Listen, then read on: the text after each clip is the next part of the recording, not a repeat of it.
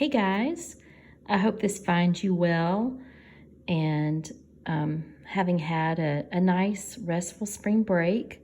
I know things have been a little crazy here lately, but we have some learning to do, and I have looked at some things online, and I thought one fun way that we might be able to study our math work is by doing something called doodle notes. So this is going to be something that I'm going to try, and I hope it will be fun for you guys. So you'll need to get a sheet of paper, and you can get some colored pens if you want, or you can just do it and just follow along with me with just a pencil. But research has shown that actually doing doodle notes can actually help you retain things. So we are going to see if that is true. Today we are going to go over square roots. Now, yesterday I gave you a video to watch and a chart to fill out. Some of you had some difficulty, and some of you turned it in right away. So I'm sorry if this is more of a review for some of you guys, but just follow along with me, and then you can keep this in your notebooks, and we will begin our doodle notes on square roots. So, square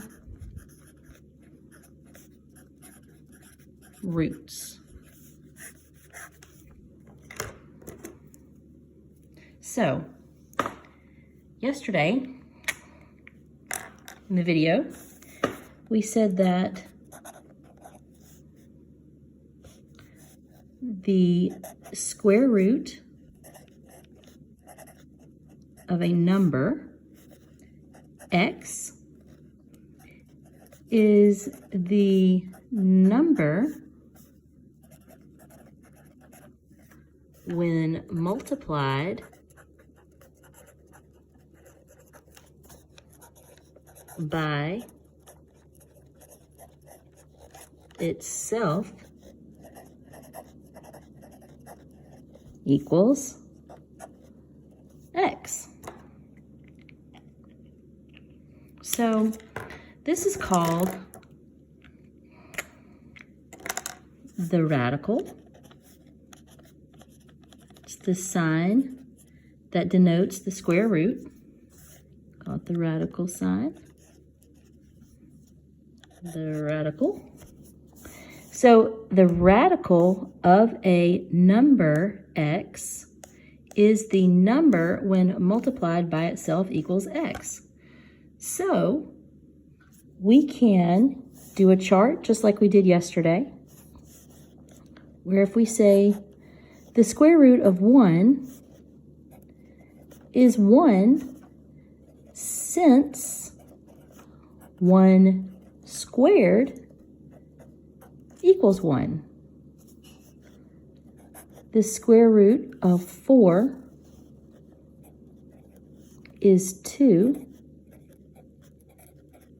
since 2 squared equals 4. Now we have been doing exponents already. We've just finished up a chapter on exponents. This is almost like kind of thinking of the reverse of our exponents, right? So the square root of 9 is 3 since 3 squared equals 9. Now I'm going to continue on with this. I want you to figure out these on your own. This is going to be your kind of what we were doing yesterday, but this is what I want you to do today.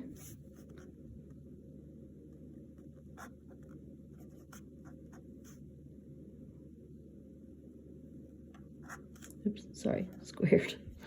Sorry. And then we're going to do the square root of 25 is what? My goodness. Since that number squared is blank. The square root of 36 is blank, since that number squared is blank. The square root of 49 is blank, since blank squared is blank. The square root of 64 is blank, since that number squared is blank. The square root of 81 is blank, since that number squared is blank. And the square root of 100 is blank, since that number squared is blank. So you will finish doing this chart today. You can turn in your own Google Notes. You can take a picture of it and send it to me. I also have just signed on and sent you all an invitation to join our Google Classroom. That might be an easier way for us to keep up with all of the work. You will still go on to On Campus to get the work, but we can submit through On Campus. Right now, you can still feel free to send it to my email. That's fine. Remember, this is all new for us teachers as well, so we're going to see what can work most effectively for all of us and to keep everybody nice and organized and keeping up with their work, okay? So all of these are what we call perfect squares.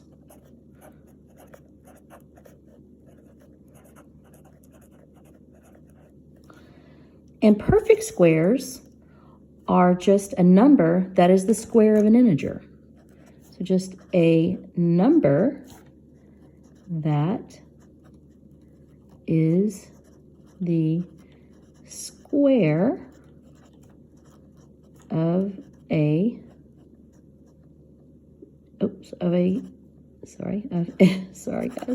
of an integer. Okay? So these are perfect squares, but we can also know that some squares are not perfect. So not all square roots are perfect.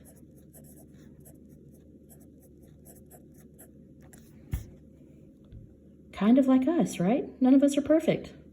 Square roots are the same thing. Not all of them are perfect. Okay, so in this case, square roots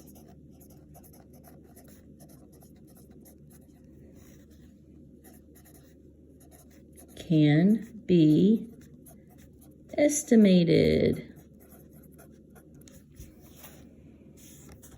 Okay? So, let's do an example. So, number 1. Let's take the square root of 15. We can say the square root of 15 is between what two integers? The square root of 15 is between what two integers? Let's see. Well, if we took 3 and squared it, that would give us a 9, pretty close to 15, right? And if we took 4 and squared that, that would give us the square root of 16. So we're going to say that our two numbers, our two integers, that this would fall between would be 3 and 4. Then we can estimate that the square root of 15 is going to be closer to 4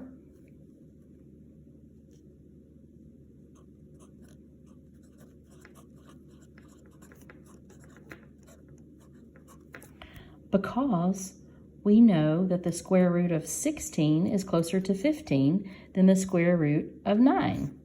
So the square root of 15 would be closer to 4, and that's how we would estimate it. Okay, let's do another one. Okay, so the square root of 39 is between what two integers? Okay. So 39, the square root of 39. Well, we can kind of work in reverse again. If we know that 6 squared is 36, and if we know 7 squared is 49, those two numbers are close to 39. So we would know our integers would have to be 6 and 7. So then if we look at the square root of 49, because 7 times 7 is 49, and 6 times 6 is 36, is 36 closer to 39, or is 49 closer to 39? 6. So you would say it is closer to 6. Does that make sense? Okay, so I'm going to give you a few more that I want you to do. You can do it the exact same way I just did. The square root of 3 is between what two integers?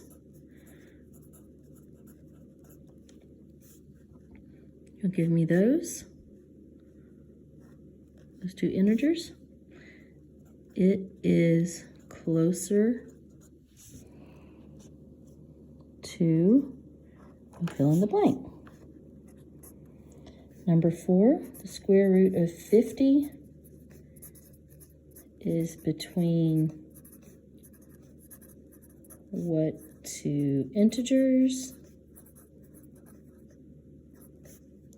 Blank and blank.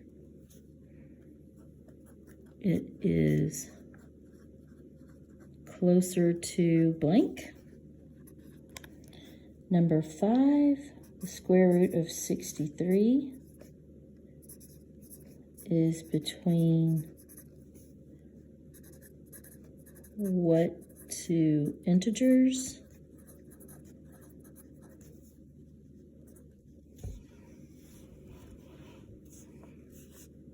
Blank and blank. It is closer to blank. Number 6, 124 is between what two integers? Blank and blank. It is closer to blank.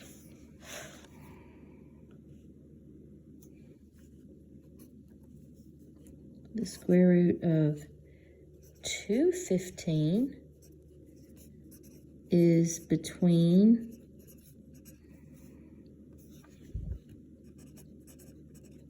what two integers? Blank and blank. It is closer to blank. And number 8, the square root of 79 is between what two integers? blank, and blank. It is closer to blank. Okay, so you will need to complete this chart right here, and then this chart. Feel free to have your doodle notes, color them, study them, make sure you kind of memorize the first perfect squares. That will actually help with estimating square roots. And we will go over solving some expressions tomorrow with our square roots. I hope you guys have a great rest of the day. I miss your faces. I hope you're doing well.